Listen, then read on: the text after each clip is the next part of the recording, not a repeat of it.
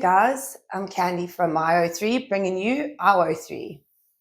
Today I have the absolute pleasure of chatting with Tyran Roy, local musician and festival organizer. Hey. We are deep in the Dargle Valley at your home, and I'd just like to get to know about your musical journey and about music on the river, happening at Hebron Haven on the 1st of August. Cool. Yeah, so I'm Tyran Roy, obviously. I've been making music for a little while. I released an album a couple of years ago. I started off just playing at open mics. This is a very brief history because, everybody has their own start and they're not always very glamorous. Often it's just like very grassroots. So yeah, my grandpa taught me how to play guitar, and then I started writing songs. And while I was living on the South Coast, I started putting together small events for people like me just to get together and, share their songs and focusing on like original music, like songwriters and stuff like that. And so I moved to the Dargle about a year ago, just over a year ago, and then thought, well, we should probably bring Music on the River back one more time and get a whole lot of local musicians and put together a little day festival, so that's where we are now. Nice. And so you say you've moved back here more than a year ago, more or less? Yeah, so just over a year ago. I was living on the South Coast. I'm originally from Durban, and when I was on the South Coast was when I really started playing live music. Cool. And so there was this kind of old school music legend named David Marks, who was a songwriter, producer, archivist. He worked on the sound team at Woodstock 1969, and I was just completely inspired by this guy. He still lives down on the South Coast now. Oh, nice. But I used to play at all of his open mics and stuff, and he was very encouraging. So after being on the South Coast for about 5 years or so, I had so many friends up here in the Midlands, and there's so much musical talent around here.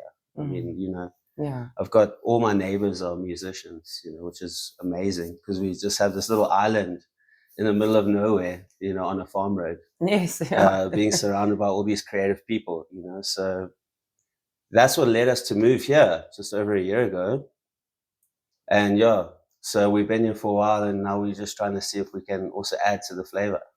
And how would you say it's altered your music making journey and the way that you create music, being up here in the Misty Hills, quiet compared to down on the coast? Yeah, well, down on the South Coast is also very quiet, so I'm used to that. But being somebody who's always lived by the coast, I've always lived near the ocean and always kind of see the ocean from my house. So moving up here is a complete change in the mountains. Yeah, exactly. It's a complete change in scenery and energy, and the seasons are different and everything's different. But one thing that was very easy, and I think one thing that probably inspired the move the most, was having this really cool creative community, of like-minded people who work on their craft and do cool events and make cool things happen. So that was actually the easiest part about moving here, really, was that. Cool. And then your sound is really rich in like blues and folk and country. For someone who has never heard one of your songs, how would you best describe it? Yeah, that's a tough one, I think. The soul of your music. Yeah, I think that's a tough one for any musician to answer, really. Yeah. Because when somebody hears your song, they hear it through their lens, like where they come from. Your perception, Yeah, and for me, it was never really about like a genre that I wanted to make. But what I learned from my grandfather and what I heard growing up, like certain guitar sounds and the way it sounded, and certain vocal sounds and the way the whole band played together just ended up being kind of bluesy guitar. I always wanted to play blues on guitar. When I picked up a guitar, that was the first thing I wanted to do. I didn't want to learn like any basic stuff. I was probably really bad at learning stuff, Yeah. you know. That's But I just inspiring. yeah. So I guess, don't get me wrong, my music definitely is quite bluesy, quite country, quite folky. But it wasn't a conscious choice, It just kind of came out of me that way. Yeah, Yeah. because it's your soul. Yeah, That's what exactly, 100%. And you and Kellen Kristen perform on stage together, and your dynamic is just so beautiful. You harmonize well. Can we get some info about that? Like, yes, how did that all begin? Well, interestingly enough, we were both living down on the South Coast, and I had worked and lived at this backpackers called Manchester Moon Backpackers. Yeah. And I had volunteered there long ago, like in 2016, so about 10 years ago. And I'd kind of come back and forth from there. Okay. And that was around the time I bought my first guitar, like that I actually bought myself for myself. I started playing gigs and writing songs. And then a few years later, Kellen started volunteering there as well. And the owner of Manchester Moon Backpackers, Andy, was like, "Oh, you gotta check out Kellen. Like, she's a great singer and all that." Yeah. And then we jammed a bit while we were there. Like, I would play guitar and she would sing, and then we'd like make songs up and stuff like that. And at the time, like, we both had completely different things going on. I was with somebody else at the time, and Kellen was also like traveling a lot. She had also traveled to Manchester Moon from her home. And then, long story short, she went to India. I kind of also carried on moving around. And then, like a year or two later, like we met up again when she came home from India. Yeah. And I'd written these songs that later became my album, and I went to record them. And then eventually we just started playing gigs together, and we became a thing, Yeah. And just synchronistic. Yeah. So it was actually very kind of natural. Yeah. It didn't really, now even we haven't really made a band. We just call ourselves Tyran Roy and Kellen Kristen. Yeah. So we'll see where that goes. But, it was just a very natural progression of things that happened. Very cool. Yeah. Alrighty, are you ready to talk about Music on the River, the historic Hebron Haven? On the 1st of August, Music on the River, you have made it your mission to have unique grassroots artists more than cover bands. Can you explain a little bit about that? Why you've chosen to have like original artists rather? Yeah, sure. So, one of the things is, one of the difficulties I found when I was trying to book gigs for myself and trying to find places to play is people want to know, venues and organizers want to know, what do you play? Do you have examples of that, etc.? And in all honesty, like, most of the times people wanted to book like a 3-hour gig. It's very difficult for like an original artist to perform for 3 hours, especially if it's just you and your acoustic guitar and maybe one other person. Yeah. So the reason I actually put Music on the River together the first time was because I'd been doing a lot of those gigs, whether it was in Cape Town or Durban or on the South Coast, and just realized that, let's just think about it this way. It's all nice to hear all the hit songs and all your old favorites, right? Especially when you're out at the bar and you're not there for the music. You might have been there for your friend's birthday or your mother-in-law's, some party or a farewell for somebody.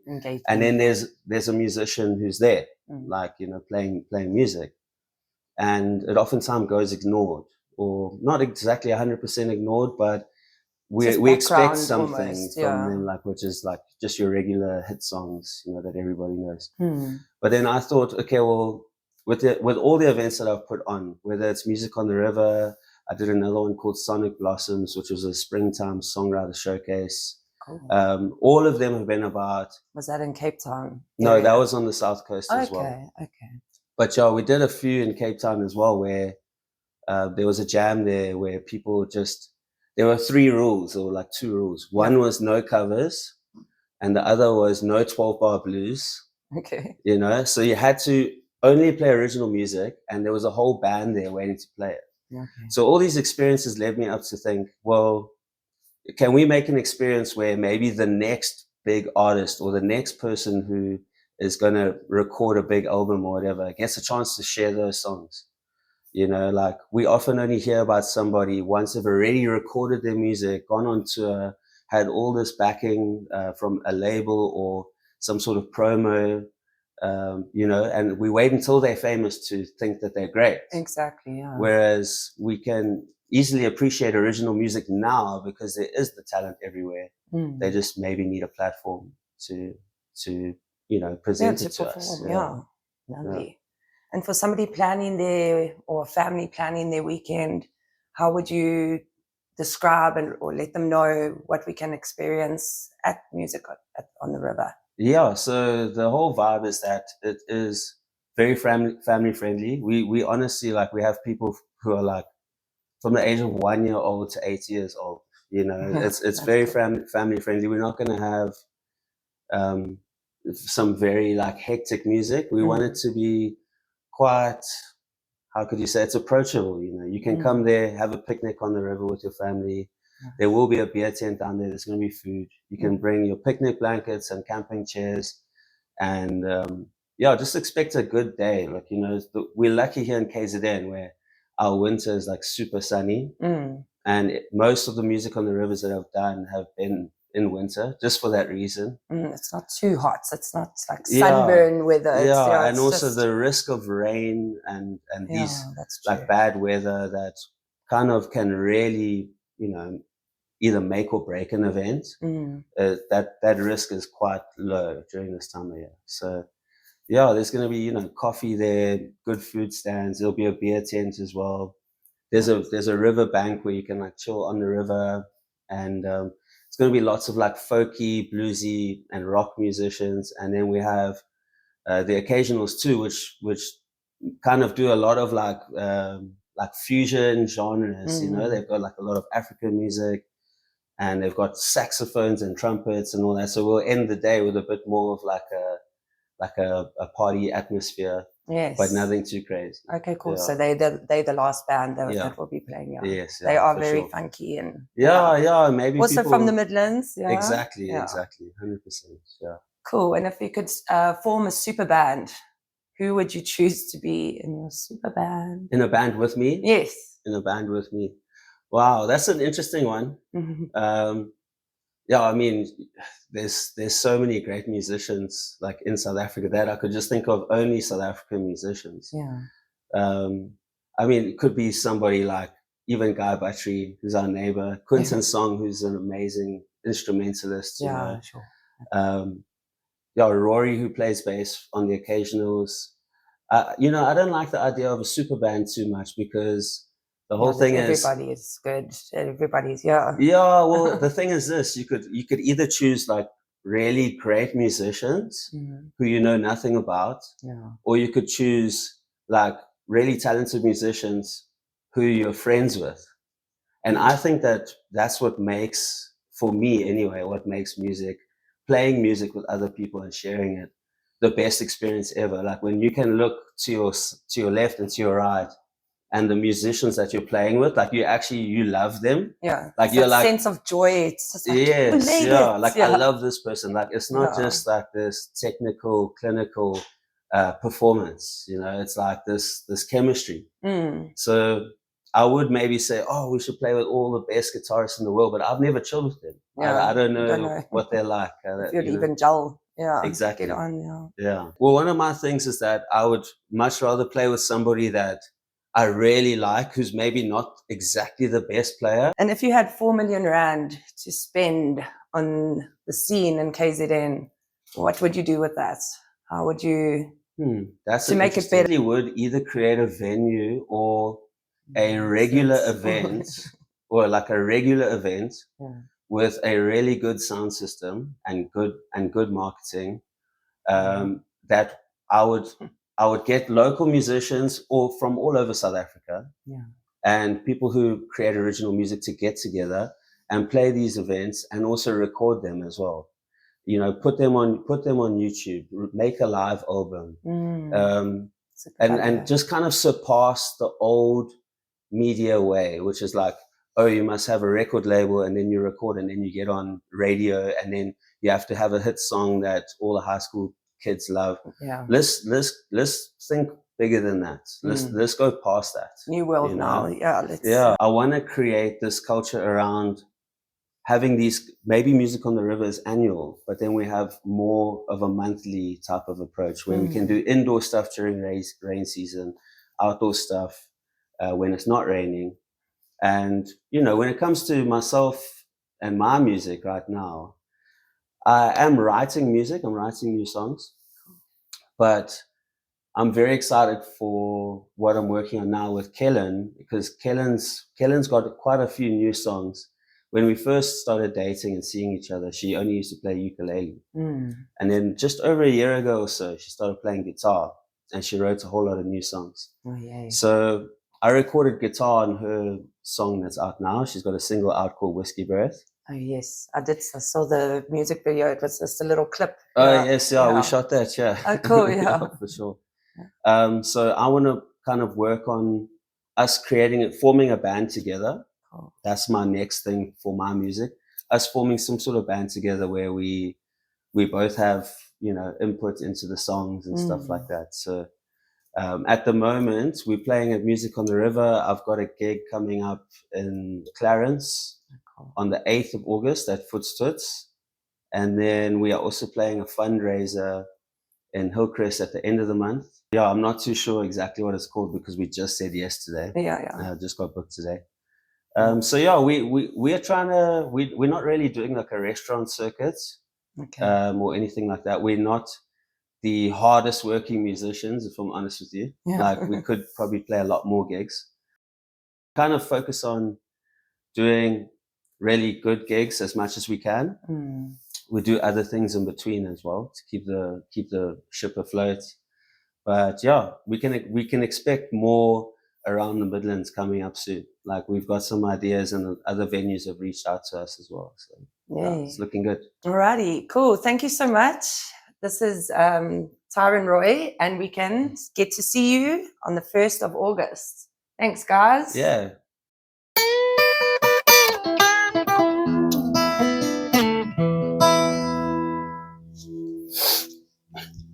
Yeah, I've been walking,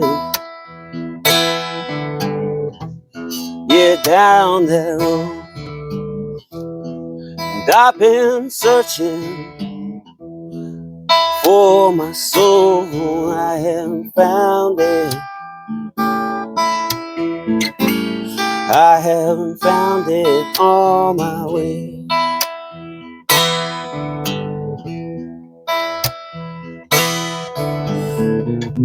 And I know I will, as long as I keep searching right way.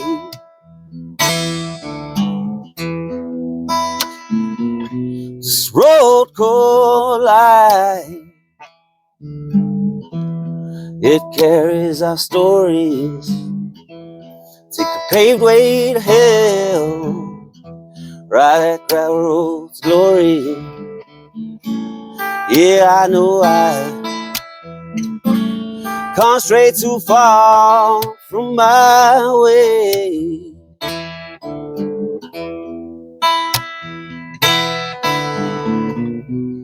For if I do, I know I'll end up the wrong way.